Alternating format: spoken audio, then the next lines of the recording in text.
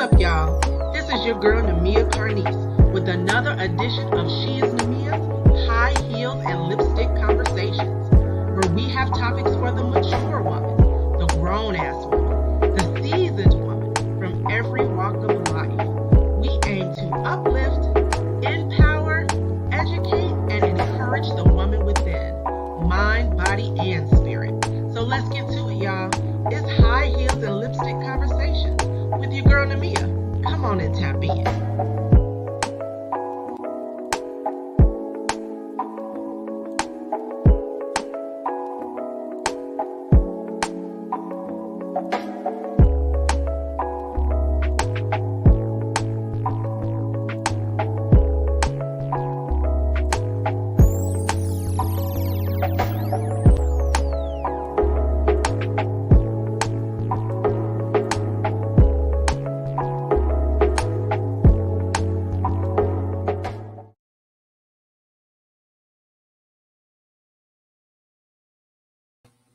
What is up, y'all? What is up?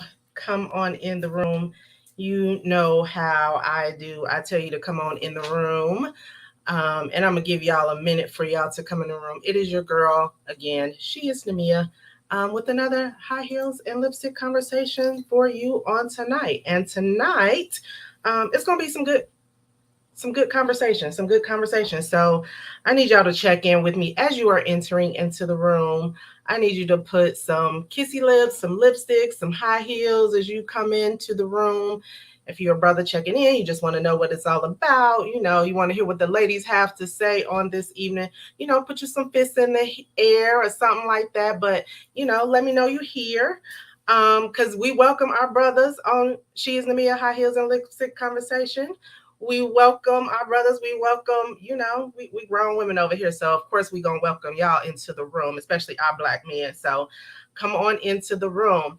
What's up there, Black Buddha Phi Pod? What up to you, brother? Thank you for checking in. I appreciate you on tonight. What up to my brother, one of my husband's groomsmen, Mark Board. He come from the class of 93, though. You know, them 93ers think that they all that, yeah. But what's up, Mark? How are you doing on this evening? Hey, 95, come on. Thank you for checking in. Jock. It is good to see you on this evening. We're gonna get started on this evening. So if this is your first time checking into me, this is your first time, you want to know what it's all about. I know I got some people that are probably going to get on and join in the conversation because they are celebrating or supporting my special guest on this evening. And we're going to get to my special guest in just a moment. But if this is your first time and you want to know what High Heels and Lipstick Conversation is all about, well, simply put, is just dialogue amongst grown-ass women, because that's what I consider myself. Those are the type of women that I like to hang around, grown-ass women. And so we talk about topics that are relevant to us, things that we want to share. We sometimes want to get some shit off our mind. We got stuff to say. And so, you know, it's just conversation for grown women, about grown women, stuff that impacts us. You know, we ain't young whippersnappers no more, you know, most of us. And so sometimes we have our own set of dialogue that we would like to talk about, and not all the stuff that goes viral. That ain't our audience. That's not what we do. That's not the type of things that we talk about. But we do talk about some topics that, may change you, may challenge you. But most of all, we hope that it empowers you. And so that goes for either ladies or my brothers that's checking in tonight. So yes, so it's going to be real grown, real sexy, real classy, real bossy, and real lady-like on tonight. Thank you for checking in, Nick. It says, hey, I can recognize that painting in the back, Lady in Red. Yes, that is one of the paintings that one of your events, one of your mini events. And she has an event coming up, Mardi Gras. She has a mystery dinner coming up soon. So if you're on Facebook, I think you need to check in with my girl, Nick Evans, because she got some stuff coming up going on. some real grown event stuff that we like to do, and so I think you might be interested in some of the things that she has going on. So check her out, Nick Evans. Hello there, Shakitha. Thank you for checking in with me on this night. So thank you. Y'all keep checking in.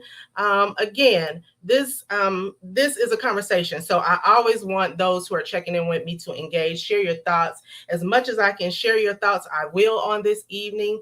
I got my iPad here. I got my chat room open. So if I can share or read aloud your thoughts, I will do that on this evening as it adds to the conversation. So before we get into some dialogue, I just want to say this. I have to always give this disclaimer, just because that's what you have to do these days to protect yourself. But the thoughts and opinions expressed tonight on this show are my own. They are Namia's own expressed opinions.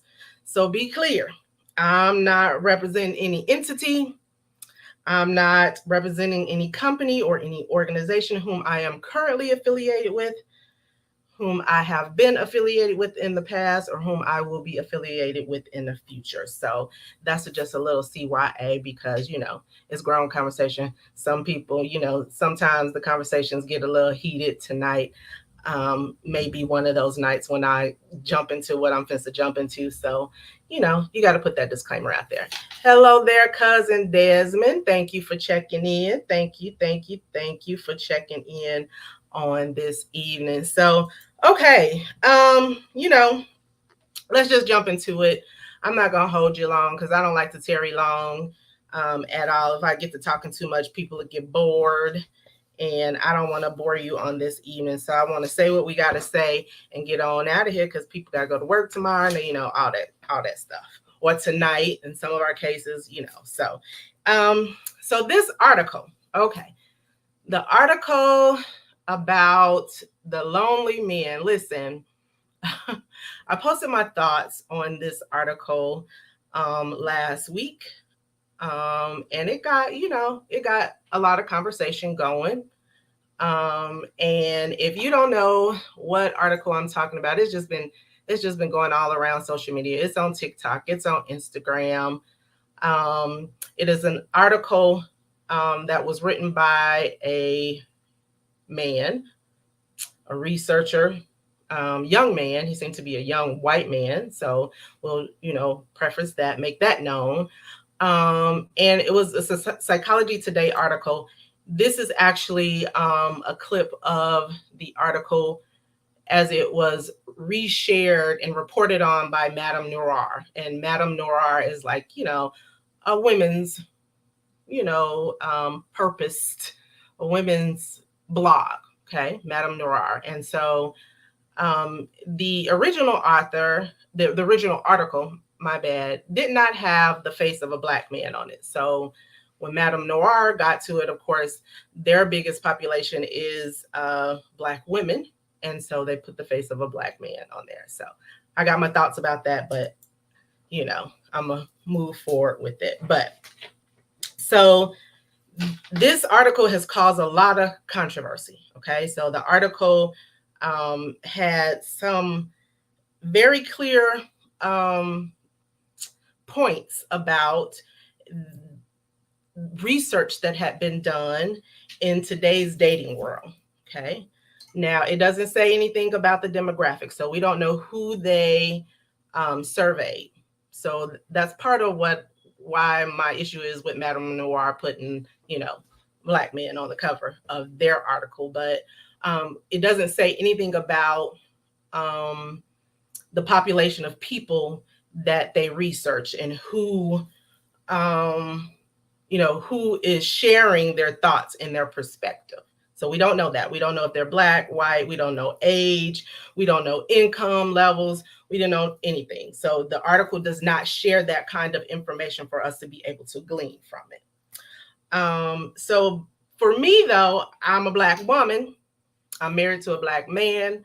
I love black men. My lens is always going to come from the prism of my black world.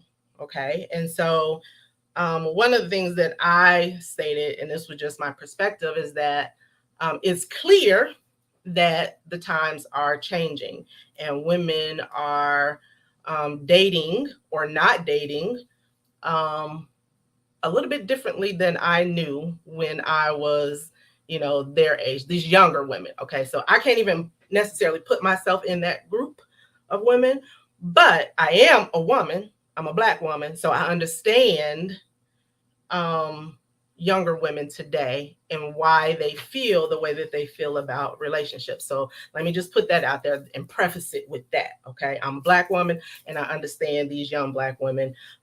It's a little different from what I grew up knowing and what I was taught. But this is the world that we live in. Okay. And so my age group, I feel like we would do good, we would do well by studying younger people and try to understand what perspective they're coming from. Sometimes you got to understand them. So, I pay attention to younger ladies. Okay. And my perspective is that young ladies have evolved to such a place where they don't see the value in marriage because they grew up in single parent homes, single family homes, single mothers. And so they don't have the view. I mean, that's even my story. I grew up in a single mother home. Okay. But it's way more prevalent now. And so their perspective about marriage is just different. They don't value it as much. They're not in a rush to get married anymore like they once were because they don't need marriage for their survival. It was at one point that we as women needed marriage for our survival. That's not the case anymore. And that's just, something that we have to accept that is the way of the world. So that has challenged the dating world as a whole. And so this article states that now more than ever, it is more difficult for men to find suitable mates. And the growing population of lonely single men is astronomical now. 62%. Actually, let me read because I don't want to get stuff wrong. Okay, so modern dating. So we're talking about the way that they date now in 2022, not how we dated back in 1980, the 90s, the early 2000s. So we're talking about currently what the dating pool is now. Modern dating and many new romantic connections happen on dating apps. So that's the way that they're dating now. That's the way of the world. You don't go in the store, you don't go out, you do go out to the club, though you can meet mates that way, but the way of the world and the way that these younger people have they have grew up on social media. So that's how they connect with each other in this day and age. So dating apps are probably one of the primary way that these young folks date. Y'all see it on Facebook. They got Facebook dating apps and all that. That's how these young people date now. Okay, so we got to accept that that's the way of the world. But it says upward of 62% of users on dating apps are men, according to the Psychology Today's article. With that in mind, the competition men face is fierce. So they're competing with one another because those swiping on them have more options. So 62% of y'all out on a dating app, okay? 62 of y'all brothers out there on a dating app. You got one little picture up there. Y'all ain't telling us y'all on a dating app, but y'all out there on a dating app. So it's 62% of y'all. And so women got a lot of options, right?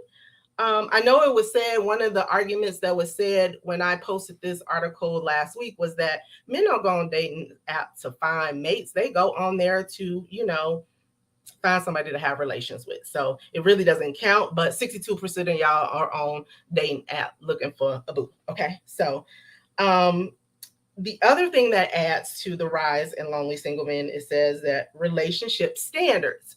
In addition to the numbers game on dating apps not being in straight men's favor, women are also increasingly selective in the type of men that they're looking to date as their emotional and personal partners. Okay, so that brings us to what we call modern women or evolved women. Listen, that word is a trigger for some of y'all brothers because some brothers have, some what is an evolved woman and women today, and what they used to do, and so there was a lot of emotions, I think, that were evoked by that word evolved women. But that's where women are today. So they're being way more picky and choosy about who they invite into their worlds. Okay. This is just what this article says. Okay. So yeah, they ain't like um our big mamas back in the day, where big mama got with somebody and she stayed with that man for 45 years of her life. That's not happening. Women are choosing to get married later in life. They're choosing a lot of times careers. They're choosing, marriage is just not as much of a value for a lot of women. But the narrative has always been, see, this is because this is where the debate comes in. The narrative that we have always heard as women is that if you don't get married by a certain age, if you don't get married and have kids, then um, you're wasteful. You're not, you're used goods. Have heard as women who may not be married by a certain age or may not have kids by a certain age, especially marriage, because it's that there's a whole stigma, at least the way that we've been conditioned as women to think that if we don't marry by a certain period of time, then our value diminishes. Okay. So this article is saying something a little bit opposite of, the narrative that has been fed to us as ladies for so long. And so skills deficit. The article also says that Matos, and that's the researcher, the one that presented this article in Psychology Today, highlighted that today's single men may suffer from relationship skills gap. If not tackled intentionally, this disparity will likely lead to fewer dating opportunities, less patience for poor community skills, and longer periods of being single. The problem for men is that emotional connection is a lifeblood of healthy long-term love. Emotional connection requires all the skills that families are still not consistently teaching their young boys. So y'all know, like I know, that our young boys, especially our young Black men, are conditioned to be tough. We don't teach them that it's okay to cry. They may be 4 or 5 years old. We telling them to man up. So this generation, we just have a little bit of a tougher, they have tougher exteriors emotionally. And sometimes that can be a barrier to healthy relationships. So that's what the article says. That's what the article that has caused so much back and forth, over the last week or so. And so brothers ain't liking that. They not feeling that article. And I just saw a lot of debate, a lot of back and forth. I had some words and some thoughts about it myself. But I just see this as the way that the world is kind of transitioning to. And the narrative that has been pushed out about women for so long, it's kind of changing. And that's taking some adjustment for some of y'all. What do y'all think? So I want to hear. I want to hear your thoughts and your comments on the article. What are your thoughts? Put them in the chat. Let me know that you're here. What are your honest thoughts about that article? Do you think it was some BS? Do you think, I don't know. I want to hear more of what you brothers think, or ladies. Anybody can check in and let me know what you thought of the article. But let me show it to you one more time. So it was a article that was written by, I'm sorry, that's not it. Psychology Today. Okay. And Madame Noir did a reporting on the article. It says the rise of lonely single men is real, and here's why. And it gave all of those reasons: dating apps, relationship standards, skills deficits. And that's the reason why we have a crop of men who, are not dating, or either the dating pool is slim. There's not a lot of quality women. I don't know. I'm not in the dating pool, so I don't know what's out there. I know I say all the time there's pee, pus, and blood in it, but I'm removed from it at this point. But Life After Love LLC, that's my girl, my college buddy, my college day one, says unlearning some limiting beliefs raising a Black son, but it's a struggle based on how we were taught and raised.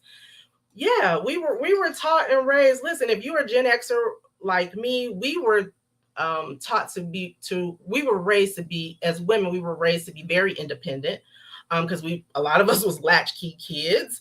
I've said this before. By the time that I was 9 or 10, I was cooking whole meals for me and my sister, making sure we did our homework and all of that. And so we were just conditioned a little different, and every generation gets worse. So as we were taught to be tough and to be independent, and things of that nature, we also taught that to our daughters, to our sons. And so it's just generation is just trickling down. So now we're to the point where marriage is not even valued. It's getting harder and harder. It's breaking down our family structures and things of that nature. And so, are we some of that to blame? Our generation, the generation before us.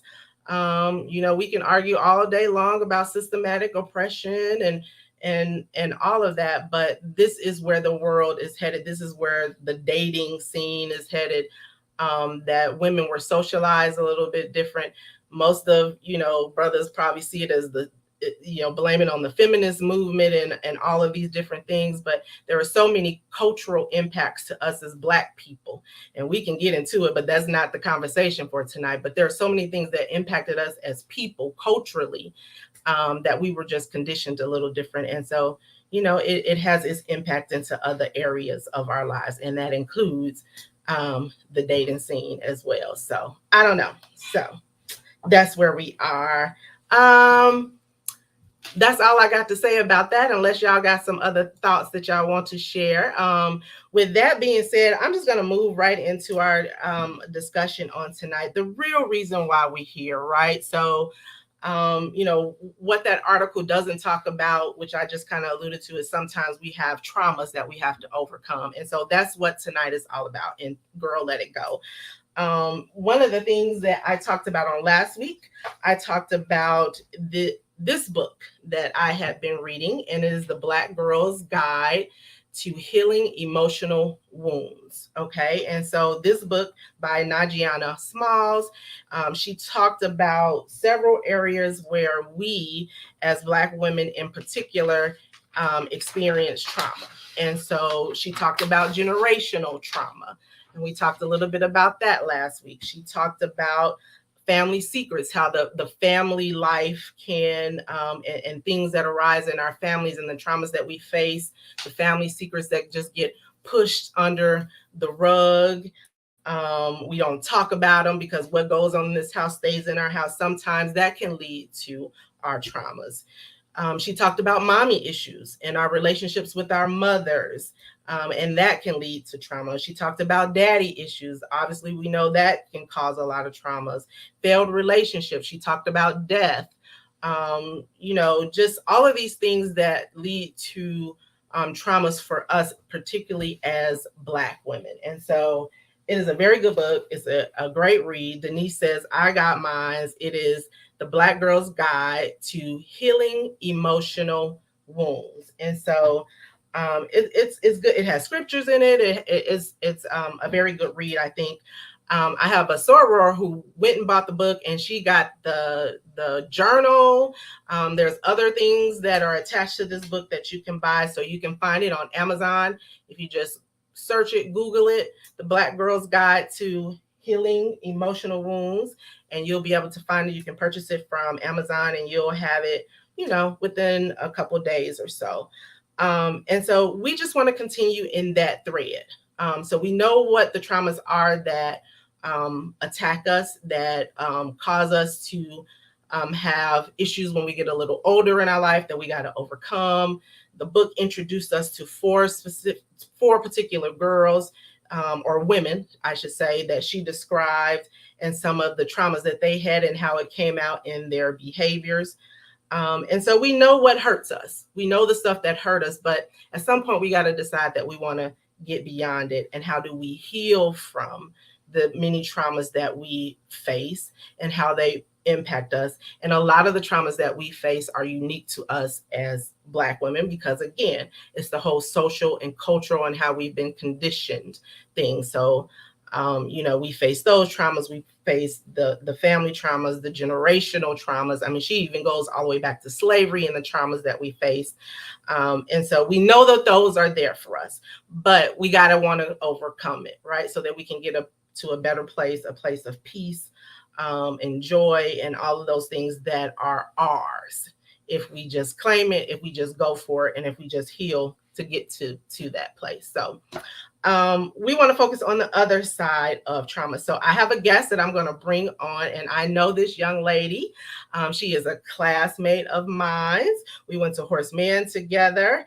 She is a soror of mine, and she is the owner of Bright Path Support Service. Her name is Franchecha Ballard, and I call her Frankie. That's how I refer to her. But let me just share with you a little bit about Frankie, and we're going to get into our conversation on tonight. It says Frankie started Bright Path Support Services in 2019. Their mission at Bright Path Support Services is to improve the mental health of the community through counseling, advocacy, support, and education. Bright Path provides mental health throughout Lake and Porter County. So if you're in Northwest Indiana, she provides those services to Lake and Porter County.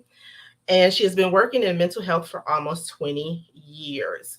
As part of her services, she offers individuals and family counseling, parent education, case management, substance abuse counseling, and more. She also owns a boutique, which we're going to talk a little bit about tonight, an online boutique that offers fashionable clothing for all sizes, looking to dress cute, sassy, and fashionable. Frankie is thankful to God for the gifts he has given her and works to bless others.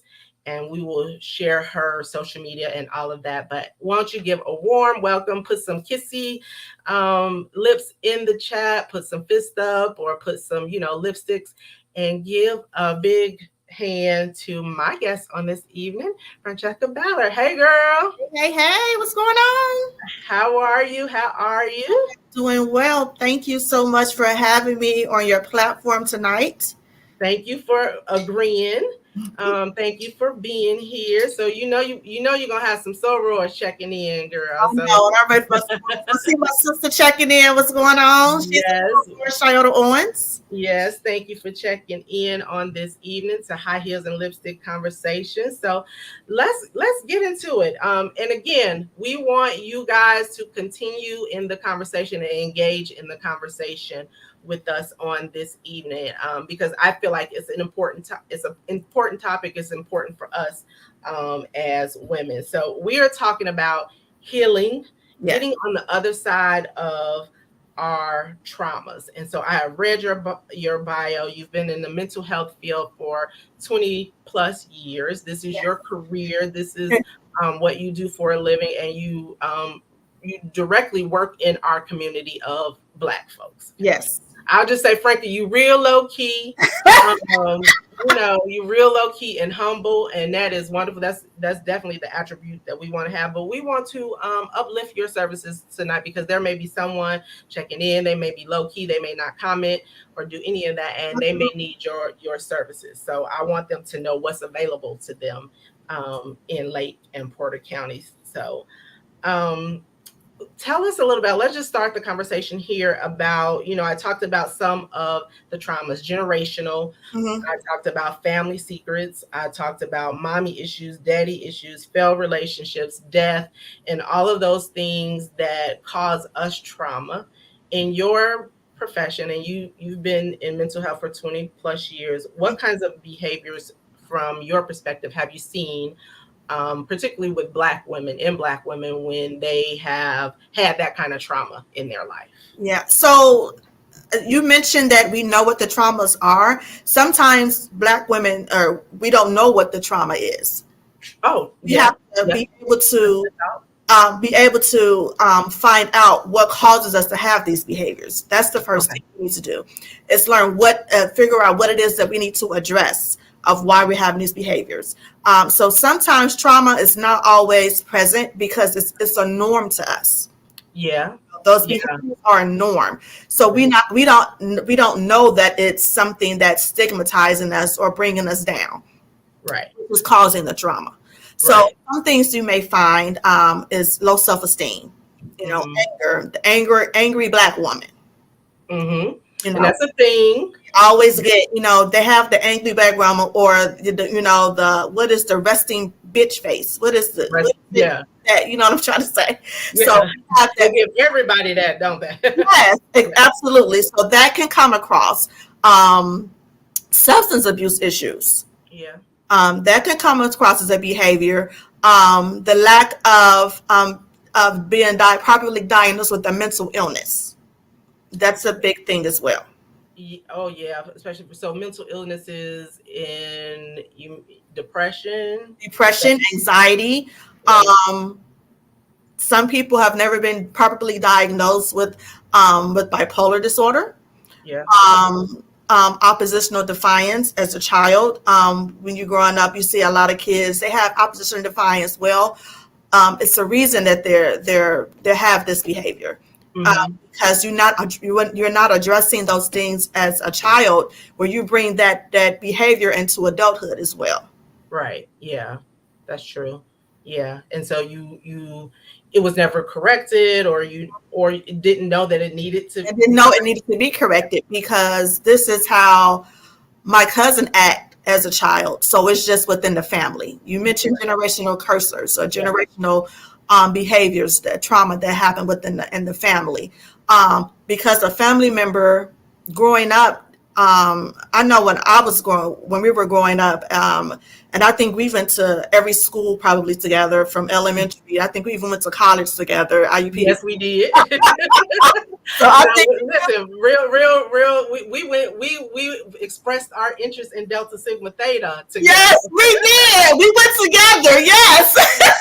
Yes. Before we even became sorors, we Yes. went to the interest meetings. We did, girl. Oh my goodness. So, yes. So a lot of things growing up with kids, which kids go through now with diagnosis. With the ADHD is like a huge thing right now. Yeah. Like I said, oppositional defiance, anxiety, depression. We didn't really notice that a lot, or it wasn't always talked about a lot when we were growing up. Definitely. We just that way they used to tell us we were just some badass kids. Yeah, exactly. He just, he needs to sit in the corner. He needs to get his ass beat. He just need to whip. They go get a belt and whip us. So now you're abusing me. So now I got more trauma on me because now every time I act out for some reason, you getting the belt and you putting it. You're whooping me. Yeah. Sometimes we be needing it. Yeah, and sometimes we did, absolutely. But what you need to find out why that kid is acting out, or why the person is acting out, because if you don't address that issue, right? Yeah. Get to the core of the issues, because it's gonna carry on through adulthood. Right. So, it comes out for us, particularly as Black women, in a lot of ways. You said the angry Black woman, the depression, the mental illness. We're not why do you think we in particular are not always diagnosed with mental illnesses like depression and bipolar, and what is it about our community in particular? I think because we don't go and seek help. In our community, going to see a therapist, when you hear the word therapist, that means you're crazy. Yeah. Something is wrong with you. Yeah. Stigma. Yeah. It's a stigma, right? We're not comfortable with talking about and addressing mental illness. Even though it's more prevalent now and it's more open now because a lot of celebrities are coming out about their mental illness. Yeah. We're still uncomfortable to have the conversation. Yeah. He says we've been told Blacks don't go to therapy because we just pray about it and keep on going. Absolutely. We go talk to our pastor. Yeah. In reality, our pastors need therapy as well. Yeah. And our pastors are not always equipped to provide the to be able to counsel us through our absolutely. trauma. Yes, go talk to your pastor. I talk to my pastor about things, and I do encourage other people that I speak to go talk to their pastors if they have Right. one. You, But also seek that extra professional help that had that educational background to yeah, deal with behaviors or illnesses, mental illnesses that are present within you. yeah, yeah. It's Jesus and therapy. Jesus Yes, and therapy. I have a sweatshirt that use I use Jesus and therapy, It's Jesus and and I use it every day because yeah, even as a therapist, I need someone to talk to as well yeah. Because because you're we hold a lot of issues. We hold a lot on us inside of us when we provide services to someone. You know, even though we try not to build a bond with that person, but sometimes you just can't help it with some people. yeah You with build that a connection story. with some people. So, Yeah, you know, we were growing up, you know, we don't, like you said in your commentary, what happens in the house stays in the house. hmm Well, we need to get out of that because there's a lot of things happening in the house that should not be happening in the house, and there's a lot of hurt people out here because yeah, of that. yeah. And it's hurting our relationships. It's hurting the way that we relate to one another. Yep. Even as men and women, or even when even as sister to sister, Mm-hmm. we come into the workspaces and we can't hardly um, function around one another because there's this whole element of competition, and Mm-hmm. it's just in so many ways. We were defensive about everything. We're hurt. Can't nobody tell us nothing. There's just a lot of ways that some of our traumas come out. And like Yes. you said, I love what you said. We A lot of times we don't even know that it's there. We Yeah. don't even realize that we are hurting now because of what happened to us when we were 8, 9, 10. Or it has been learned behaviors because we've Yeah, seen our parents, our mothers act that yeah. way, our Learn grandmothers act behavior. that way. Yeah, I know, and I have a few clients or some clients that have certain behaviors, and there you talked about the book discussed relationships with their mothers. Um, yes. they're a lot of relationships are damaged with their mothers because they feel like their mother did not mother them correctly or the way Yeah, they feel like their mother should have provided parented them. But I always have to let them know your mother parented you the best way that they knew how to. exactly. And they're not perfect. There's They're no not perfect parent, perfect. right? And it's because they modeled off of what they saw in their household. hmm And then it becomes generational, right? Generation Like, is absolutely Denise says the very thing. It also hurt how we raise our children. children. Yeah. Yeah, yeah, yeah. So that's some of the behaviors that we know. I want to talk because I want to know what it is that we can do to overcome it. And so, relating back to the book, Mm-hmm. again, Nijiyama Smiles, The Black Girl's Guide to Healing and Emotional Wounds, she identifies three areas where that would help us through our healing process. And so, I want to talk a little bit about those tonight. And one thing she says is self awareness. Mm-hmm. She says forgiveness and contentment.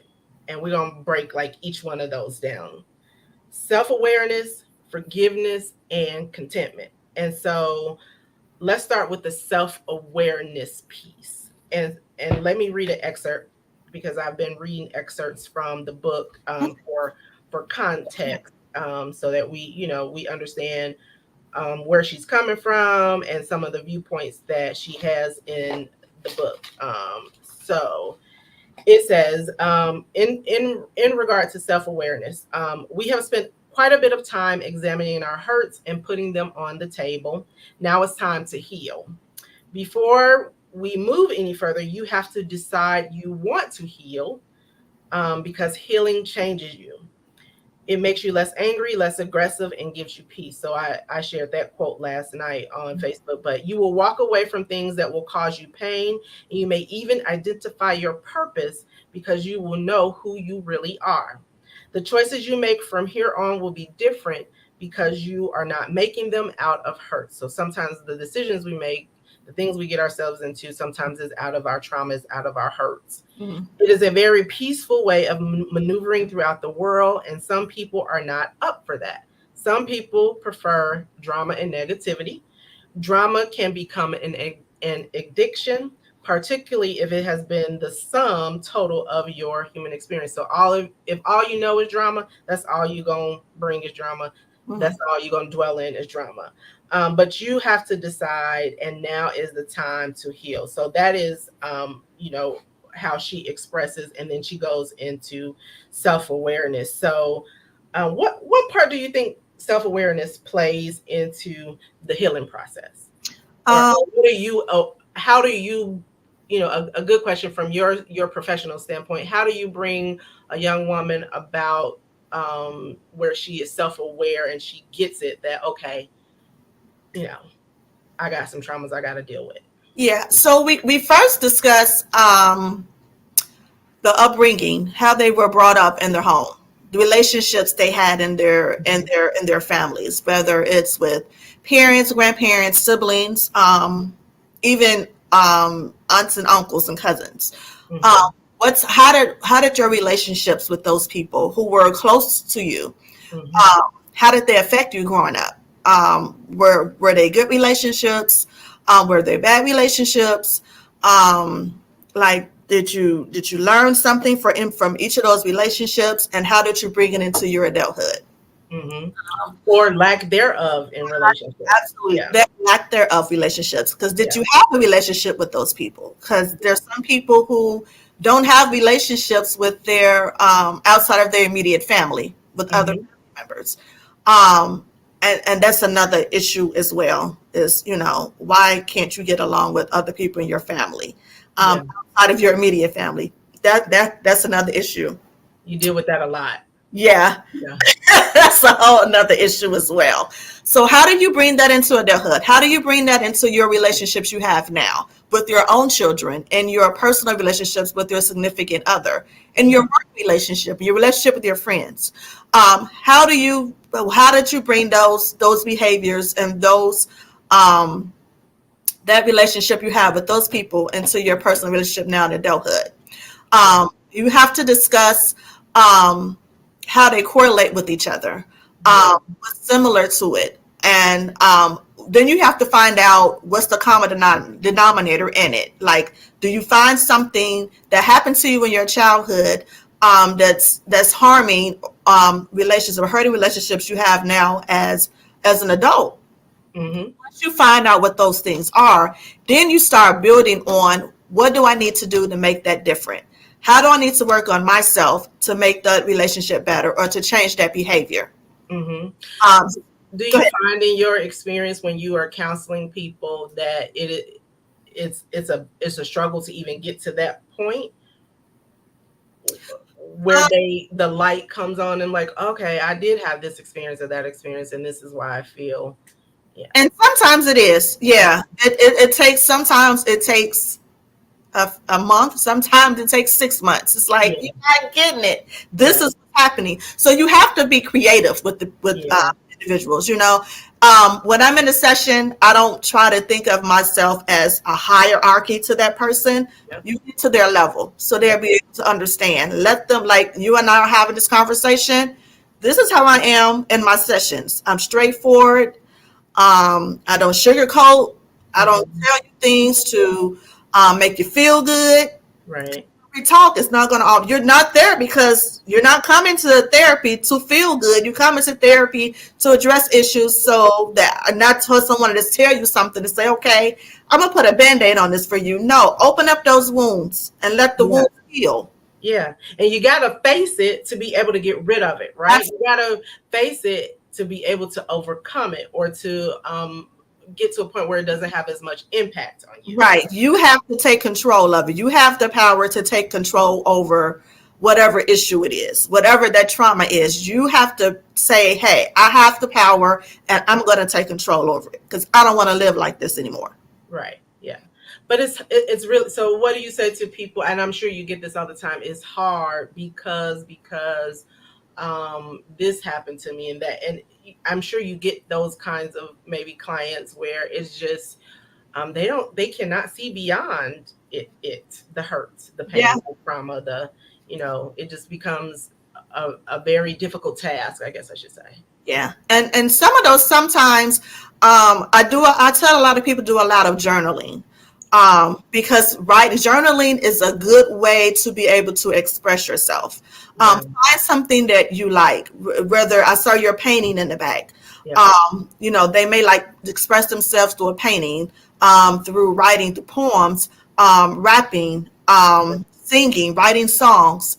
Um, Find something that's within you that you like to do, that you be able to express yourself, because sometimes you can't just say, okay, verbally express it to say how you feel, but if you put it in different ways, in Yeah. a way that you feel comfortable with saying it, because sometimes they're not comfortable with saying, this is what happened to me and I need to figure out how I need to overcome it.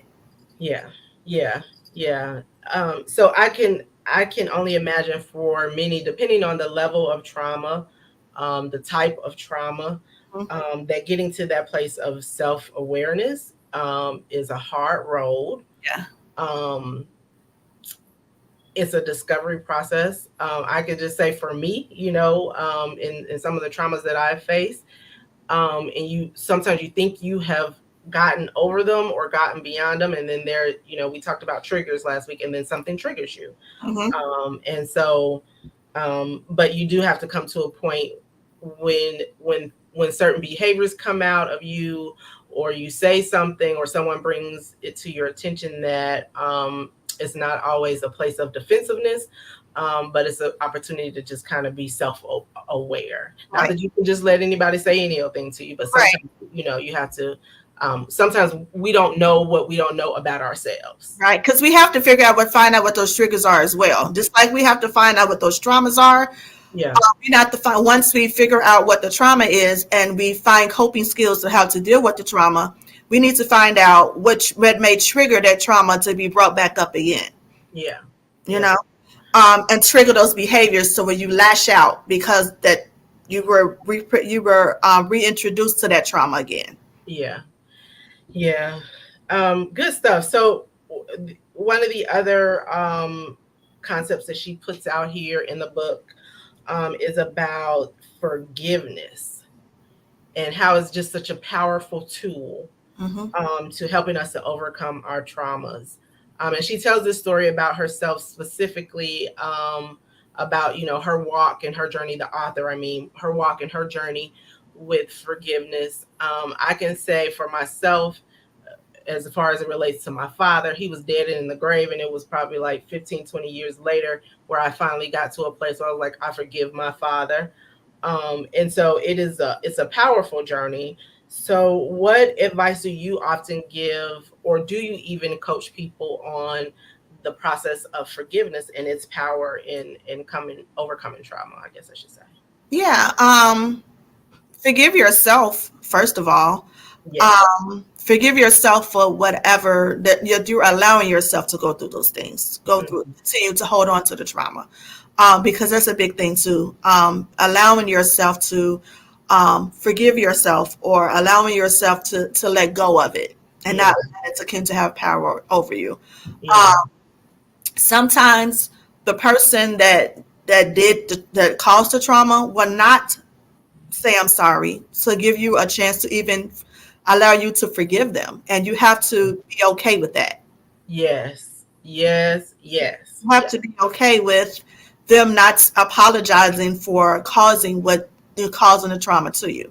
And Hmm. how do you be okay with somebody doing something to you, and you just like you just have that, you have to have a relationship with them, because you may see that person, I'm saying, because they may be a family, they may be a parent, Yeah.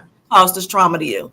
So Yeah. how do you deal with someone? You have to see this person that caused the trauma, and they don't have um, enough sense, basically, to say, "I apologize for doing this to you." Yeah. Or they may not even feel that they did something egregious to you in Right, in that manner. right. They're unaware that they caused trauma to you. Yeah. Denise says, forgive the other person. That was my biggest hurdle. It can be a hurdle. It can be a struggle. yeah, it can be that, and it's a journey, right? So a Yeah. discovery, it's not going to happen overnight for every person that you feel has offended you or caused you harm or caused you hurt. You really got to walk through. Yeah, a lot of us when I give assignments sometimes doing sessions as well, and some people I have them write letters to the people, write Hmm. letters to them, write a letter to them, letting them know how you feel about how they treated you, and how what they caused, what type of trauma that they caused in your life, Hmm. and once you write that letter, and you don't necessarily have to give it to them, Yeah. but because you're allowing yourself to express yourself and just get everything out of what you may not be able to say to them Hmm. in person, but you're allowing to you're saying it on paper. So you're Yeah. still able to verbally say, this is what you did to me and this is what I don't like, and saying how you're going to forgive yourself and how you're going to forgive them.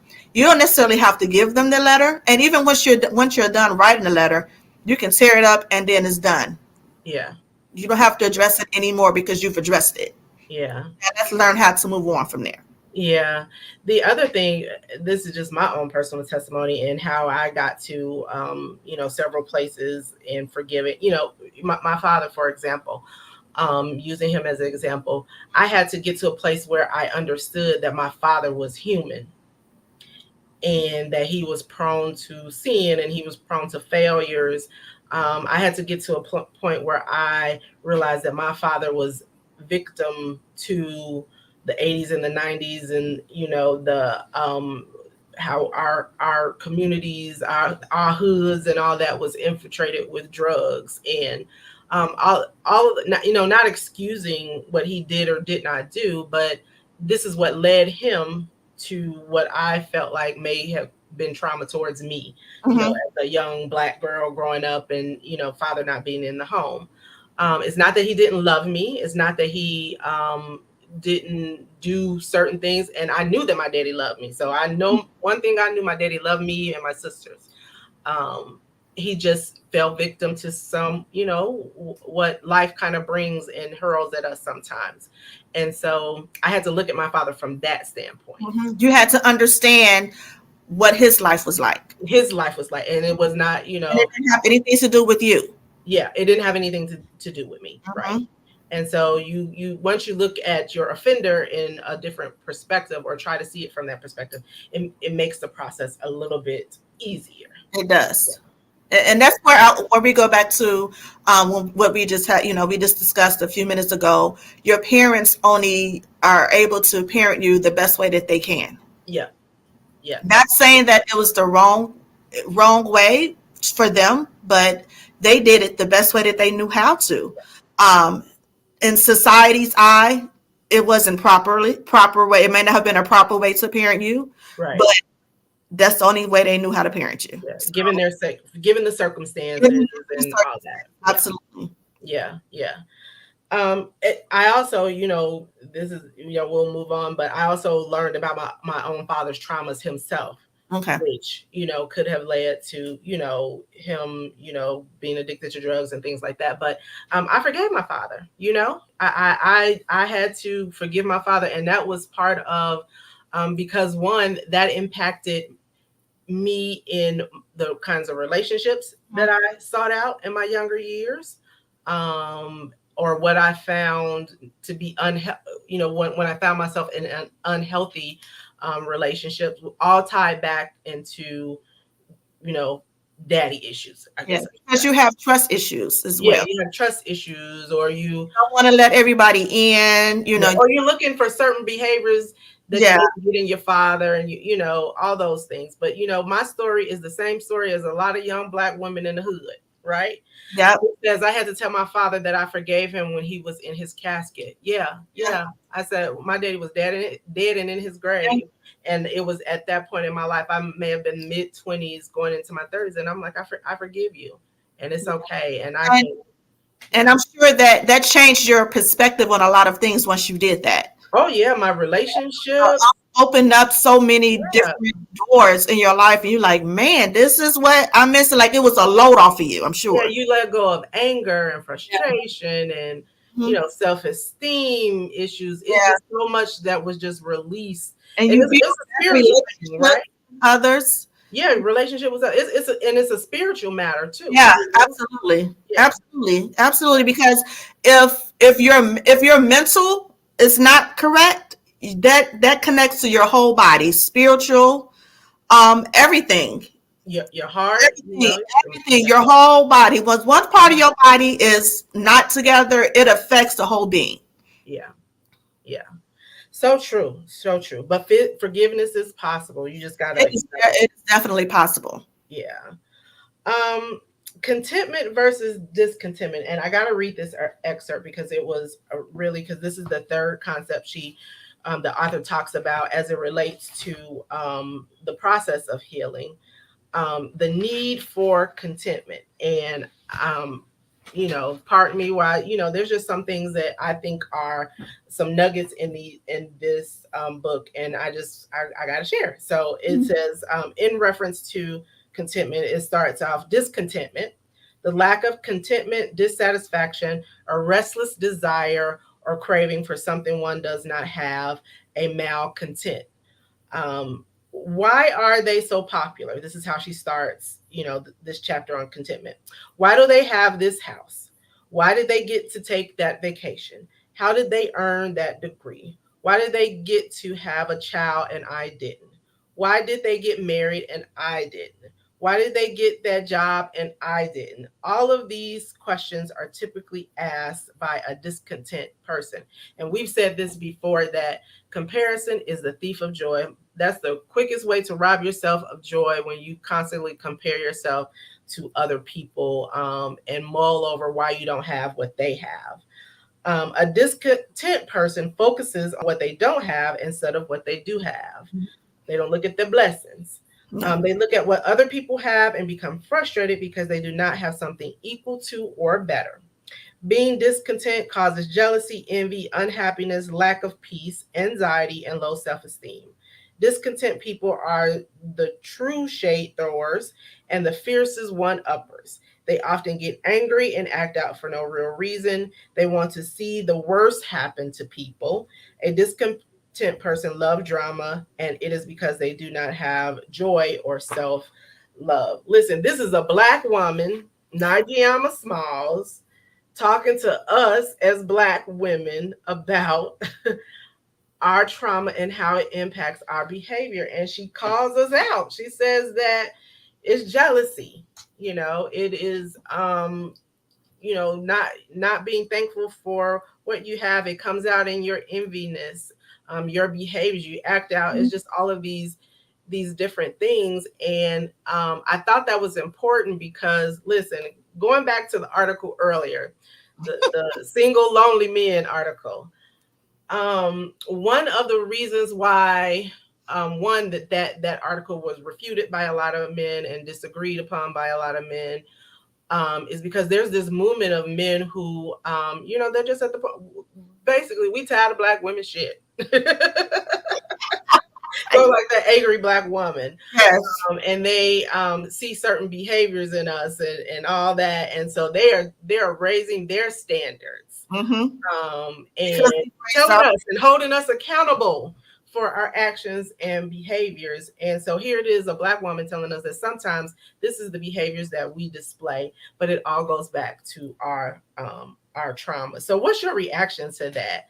Not being content, and it comes out in some of those behaviors. Yeah, my sister, she shared something on Facebook a little while ago. You can't share your happiness with unhappy people. Yeah. And that was a good statement that she shared. Because you're looking at others people's happiness and you don't know what it took for them to get to that point of happiness. Yeah. So you have to, like you said, be grateful for where you're at that moment. Have joy from where you're at that moment. Yeah. And find out what is going to make you happy, because what they have may not actually make you happy. You just see the glitz and the glamour or whatever it is that they have. You see the car that they're driving and the house that they're living in and this husband and the children. Mm-hmm. You don't know what's going on behind closed doors. Right. And you don't know if their mortgage is paid or if it's ready to be in foreclosure. You don't know Right. if they're on the verge of losing their car. You Yeah. don't know what type of situation their marriage is in and Right. their children. So I always tell people, don't look at others, look at yourself, because you don't know what's going on with that person. And that person could be envious of you. Yeah. And Well, we all have our own journeys, right? So absolutely. and we got to walk our Your own own journey. path. Yeah, You our have to own walk path. in your own path, your own being. Yeah. Walk in yourself. You have to be in yourself. Yeah. Like Right. Buddha Uh, Fly, Pat says, yes, agree. We have our own lanes. We have yeah. our own lanes, and we got to drive that lane, and we got to face our obstacles and go through what we got to go Yeah. through. Yeah. And We do goal setting. yeah, What is it that you've always wanted to do? In your life? Did you want to go to college? Did you want to start a business? hmm What is it that you always want to do? Let's do some goal setting. Give 3 goals, set 3 goals, and 3 goals that you know you're going to be able to accomplish. That's yeah, something that's like out of this world that you'll never be able to do. But yeah, something that you know that's attainable. yeah, 3 attainable goals. And then you do a timeline about how you're going to be able to, what you're going to do to be able to achieve those goals. I had a client. She braided hair. And she braided hair in her mom's home. And was doing it for years. And the girl is very talented. I mean, like crazy talented.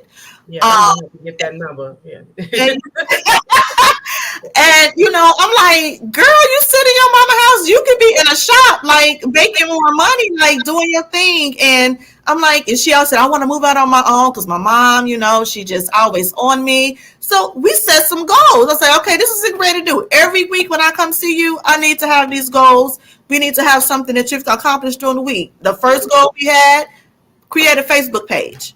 hmm Yep. You didn't have a Facebook page. We created a Facebook page. Get yourself out there. Post pictures. Of what you. Yeah. She did. She created a Facebook page. She started getting more clients. I said, okay, create a Style Seat page. She started creating a Style Seat page. She got some more clients. Okay, now what you want to do next? We just set goals for yourself and attainable goals for yourself. Yeah. Because that builds up your self-esteem. And so once you see that you're achieving some goals, it's like, man, shoot, let's do the next thing. I'm ready now. Let's roll. Yeah. Just get a little boost in yourself. Yeah. It's an empowerment. Yeah. And then you have a different focus, right? So you're not just You have focused on what the other people have, because now you're focused on these goals that I've had set, and it's making you accountable. yeah. And when you have someone that you're working with, but like a therapist, they're your accountability. That's your accountability partner, because they're putting pressure on you. Like, hey, remember you said you were going to do this. So if you need help achieving this goal, let me see how I can help you achieve this goal. Work together as a team too. Yeah. Yeah, that's good stuff. So, self-awareness, forgiveness, contentment. Tell us from your perspective, that's what the book talked about, but from your perspective, what do you think are some um good, powerful tools? I mean, you've told us some things. You have people journal, write out goals, all of that. But share a little bit about more with us, what you think are some important tools for healing and for us to get on the other side of the trauma sometime that we Yeah. Self-care is another big thing. yeah. And not necessarily getting your hair done or getting your nails done. That's good too. But your outer appearance doesn't always equal your inner appearance, because if you're True. not taking care of within the inside, you're still dead within the inside. Yes. Yes. Even though your outside look good, like we got our lipstick on. I wore my red lipstick tonight for you. Yes. Yes. So, but whatever's going on, once we wipe off the lipstick and the makeup and take the lashes off and your hair is all over, that issue is still there. So Yeah. self-care, affirmations is a good thing. hmm What's the name of the show that Dwayne Wade's wife, what's her name? Gabrielle Union was on, and she had Oh, uh yeah. She put the little posties on the yeah. and, Yeah. and that was I I got don't them on my mirror too. Yeah. Yeah. yeah, that's a good thing to do. Yeah. Like some people do not look in the mirror at themselves. Oh my gosh. Yes. Yes. That was me in my 20s. Yeah, talk to yourself in the mirror. I remember I share this testimony when I do, public speaking, I talk Mhm. about, my journey. But there was a time when I would go out with my girlfriends. You know how you go out with your girlfriends, you go to the bathroom and Mhm. everybody prissing and doing all that in the mirror. There was a time I couldn't even do that. I could not look at like literally, I could not look at Mhm. myself in the mirror. But I was carrying that baggage and nobody knew. Mhm. Because I'm always, Put that face on. yeah, I've always been a jolly, friendly, that's just me. Mhm. I'm a social, Yeah. social being. But there was a point in time in my life in my younger 20s, coming out of, traumatic situations that I went through a process of healing to the,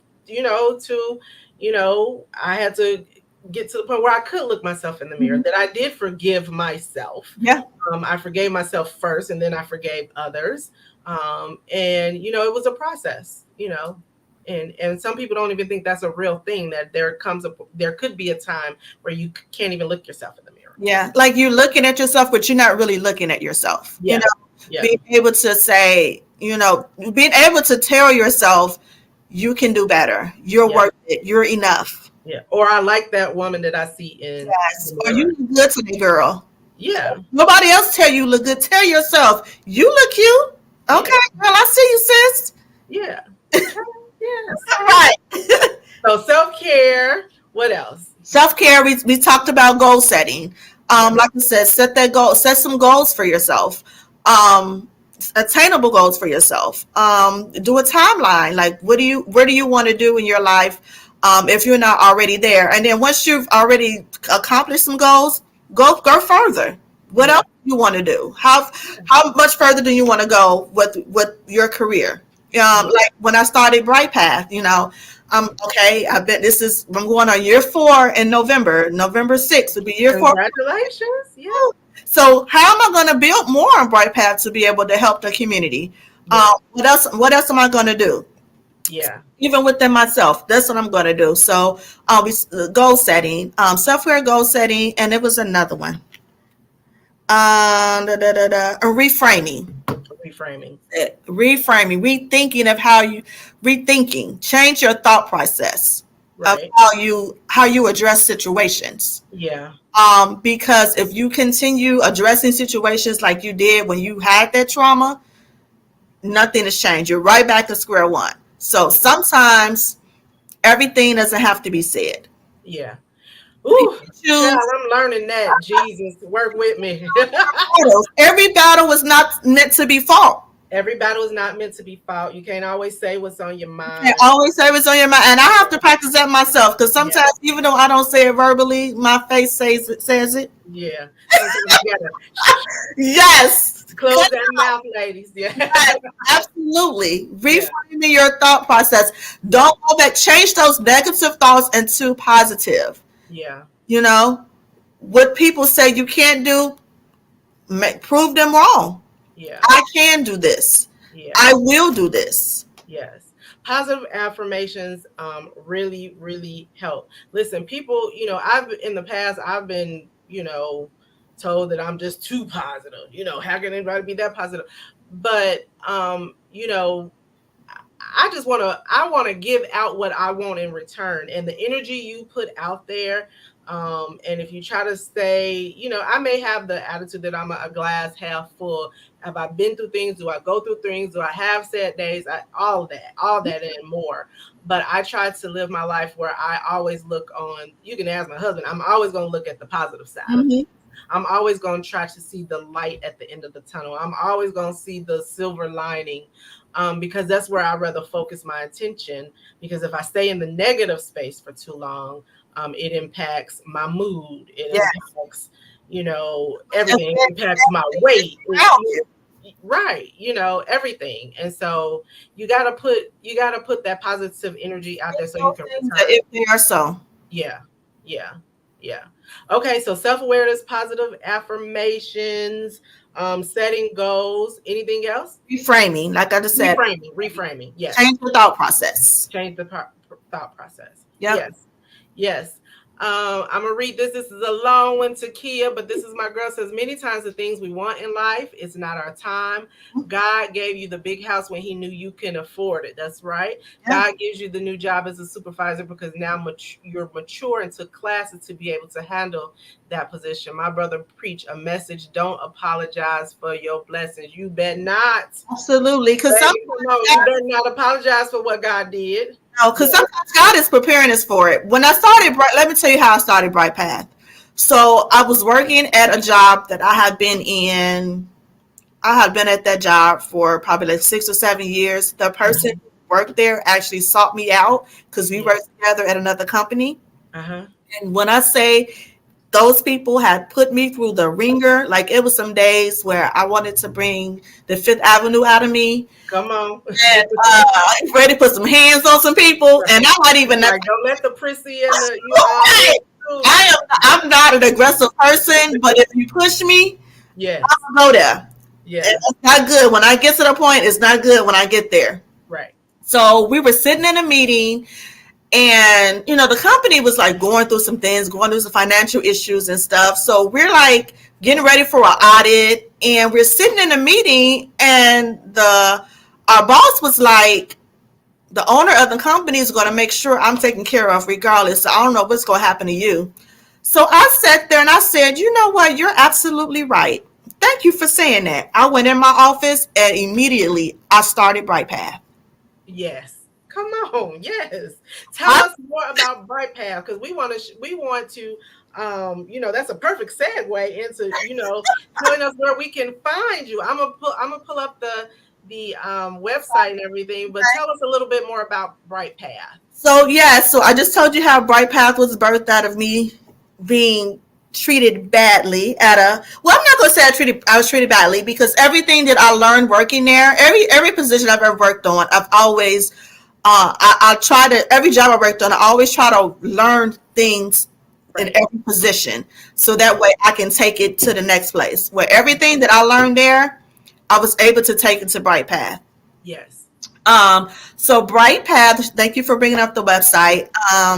Like you stated in the bio, that we are a mental health counseling agency. So we help those in the community. We're located in Lake County, right on 61st and Harrison Street. Yep. We also provide services to individuals in Porter County as well. We do individual counseling, family counseling. We provide services with children starting at age 5 and up. Within the whole family, whoever needs, we work with the school systems. We've worked within the court system with juvenile probation. Yeah. We Our work kids need it. with truancy. We worked with the truancy program for the city of Gary. We've worked in different, in Gary school system with different teachers, with different schools within the Gary school system corporation. We also provide life skills, case management, independent living skills, because that's another thing that's really needed, especially for our teenagers that think they're grown but really not grown, but really get out on their own. They sure need it. Yes. What's really going on in the world? Yes. Case management services, substance abuse services, we provide those as well. Counseling services for substance abuse. We do accept insurance as well. Accept Indiana state insurance and some private insurances as well. Yeah. Where you can locate us on Facebook at Bright Path Support Services, or you can go on our website at brightpathss.com. Yes. If you know someone or yourself that needs to, because sometimes we just need to talk to somebody, like we having this conversation. This is how sessions go with your therapist. Just sit down and have a conversation. You need to vent about something. Sometimes, you can't talk to your people in your household because they may not understand what you're going through. Yes. It's okay. Listen, I have to say this, because you my soror and my sister, but last month or the month of July, last month we talked about bad bees, and I think I need to slot you in one of my bad bees slide. You done built a support service from the community from the ground up. in the school system, in the Gary school system. It is such a needed service. Mm-hmm. It's definitely a needed service to our young people. Some of us old people, but Mm-hmm. definitely our young people who are impacted by so much socially. Remember, socially and culturally, and Yeah. um, the environment that they live in, and all of these things that add to our trauma. And so, it's definitely a needed service. So y'all look her up if you know someone that needs some services. Bright Path Support Services, that is the website. You can also look her up on Facebook. But you're an entrepreneur. You something like, an entrepreneur, because you have another business called Yes. Essence Boutique, and you post all those little cute clothes and stuff like that that are cute and comfortable for us. As lady, talk to us a little bit about Essence Boutique. So Essence Boutique was birthed because I like clothes. Basically, I like to dress. Point blank, right? Yeah, I mean, so why not dress others? yeah, And it's kind of like an extension of Bright Path, because once you get your mental health together, your mind, body, and soul together, why not get right. your dress together? So You be feeling good once you get your mind right. You got that glow. You feeling sexy. You want some cute clothes, right? Right. yes. So we dress the classy woman. Right. We dress the plus size woman as well. We don't leave the plus size women out. Absolutely not. Y'all better not leave us out. Yes. No, us as African American women, be curvy, so we got to be able to get clothes that that love on our curves, and Right. that's what we have at Essence Boutique. You can follow us on Facebook as well as at Essence Boutique. We also on Instagram at Essence_Boutique, and Uh-huh. you have our website up.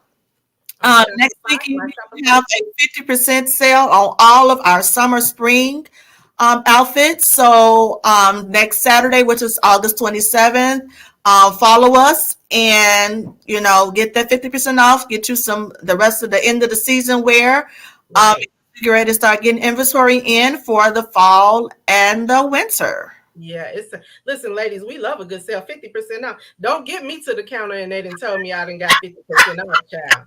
I'm gonna Yeah, walk away so happy. There's been some times I've been placed. I'm like, oh, I didn't even know that was on sale. And they right. ring it up. I'm like happy. I 'Cause you feel like feel it's a so much win. better. But This like, oh, shopping was worth it okay. today. I didn't got 50% off. Yes. Yes. Yes. So who don't want 50% off, ladies? So check out Essence Boutique. She's on Facebook. She's on Instagram. You have Frankie's website on Shopify, essence/clothing/boutique.myshopify.com. Check her out. She really does have some cute stuff, comfortable dresses, hats, all that we like to wear and be comfortable, because at our age we can't walk in the high heels as much anymore, even though I will still No. put on a heel. I'll Yes. probably go somewhere and sit down, but I I'll like put on a heel. the heel, but we Yeah, might not be able to last as long as we right. used to. We'll go somewhere and sit down and drop Right. it off at the door. Yeah. Right. Absolutely. Yeah, well, thank you for this evening. Thank you for the conversation. I really appreciate you bringing your perspective, and sharing with us from your professional expertise how we can overcome our traumas. Look, it's a real thing. It's nothing to be shameful about. Therapy, there's nothing to be shameful about therapy. You ain't got to go out and tell everybody, that you're in therapy. But it's nothing to necessarily be shameful about. And I think we as Black women, when I think back on some of the things that I've experienced and how I grew, and really it made me into the woman that I am today. So, if I had not, I feel like if I had not had some of the personal traumas that I had, and I had not gone through a process of trying to get on the other side of them, I wouldn't be where I am today. And so that was my journey, and so I accept that. It's nothing to be shameful about. We all have a journey. We've all had issues. We all, have things that we have had to deal with and face. And sometimes we got to deal with that stuff. Yeah. Even at our age, Yeah. childhood traumas, we 45, 50 walking around and we still mad at the world. You got some unhealed traumas, sis, that you ain't dealt with. And so We got to be honest about that as Black women. And we got to be self-aware and deal with it. But there is another side of that, and so I thank you for sharing your tools and what you shared with us on this evening. Again, check her out. I need y'all to give my girl some kissy lips, some hand claps. Put something in the chat. If she said something that was impactful on tonight, visit her at brightpaths.com. I'm going to put that up one more time. If you know someone or you yourself may need some counseling services, it is autonomous. It's just you and her. She's not going to share and tell your business like, you be telling your girlfriend and telling everybody else about your troubles. You won't get that when you go to a professional who will hold your secrets, but then also help you to get on the other side of that. So we also provide telehealth services as well. So okay. if you're not comfortable with coming to the office, we set it up to where you can do telehealth whenever you're available. We do work around working individual schedules as well. So if you don't get off work until like 4 or 5 o'clock, Yeah. all of our clinicians have been in the field for 20 plus years as well. So Yeah.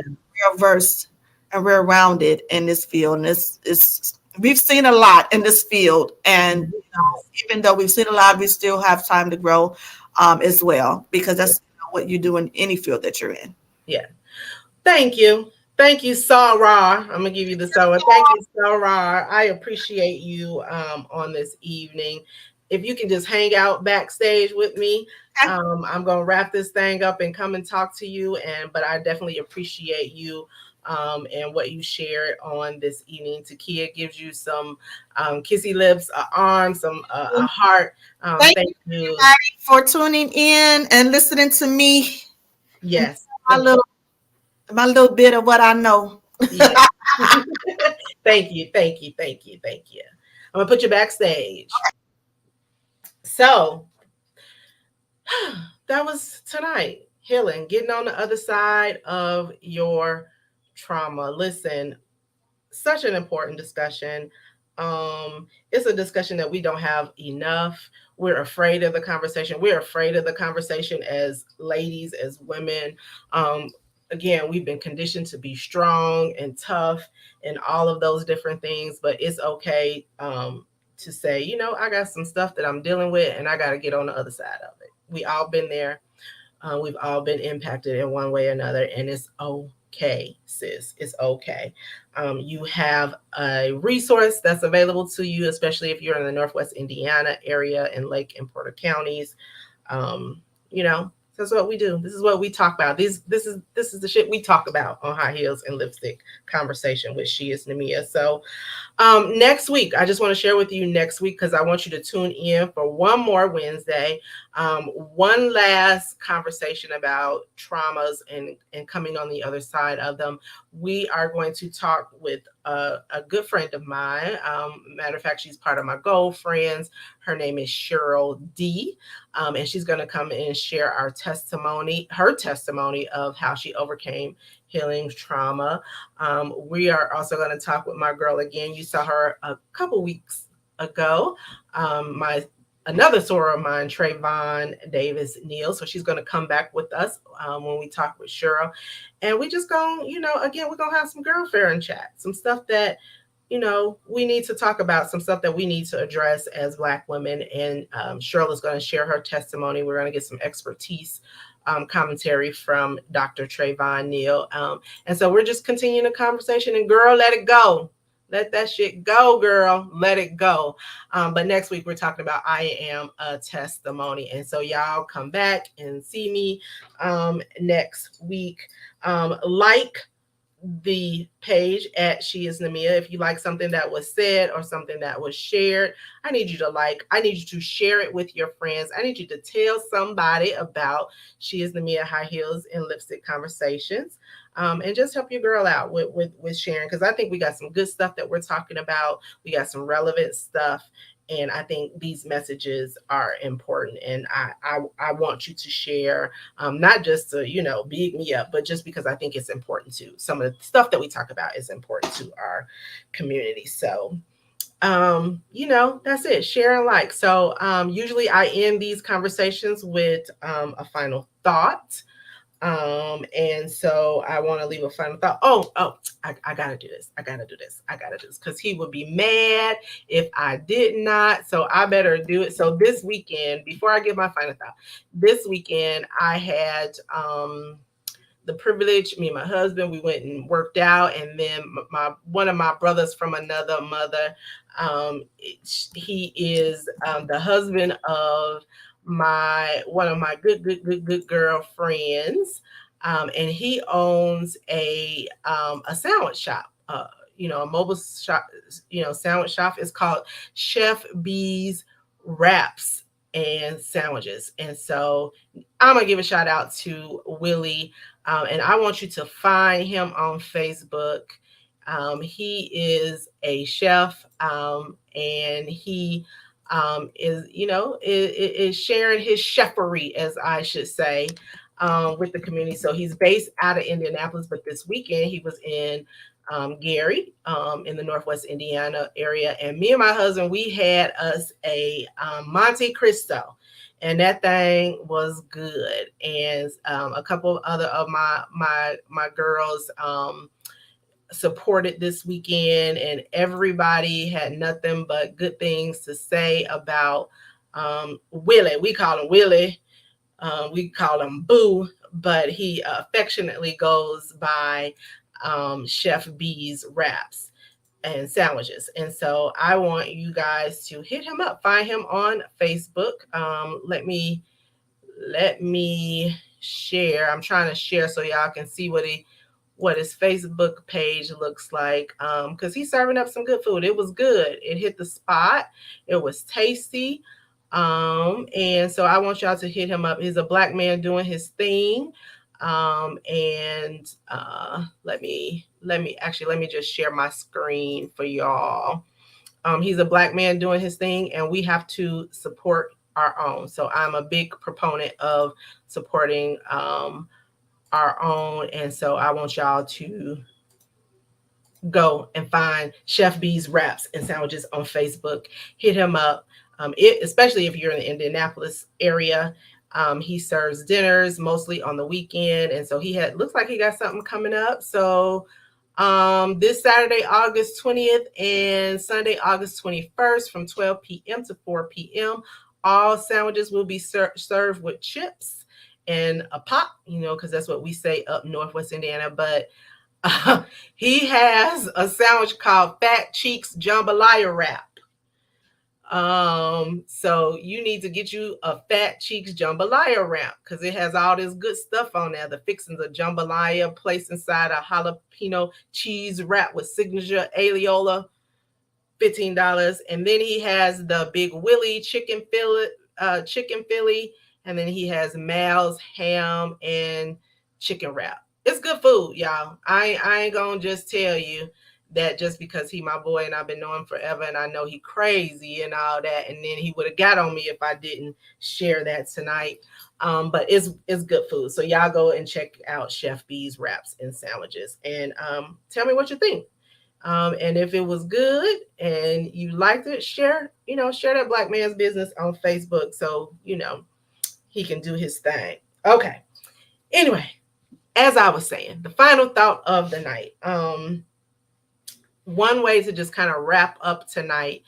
It's been a good discussion. We went long. We went just about an hour and a half, but I just want to tell you that as we think about tonight's topic, that you just understand, and we mentioned this in the course of our conversation, but your journey is your own.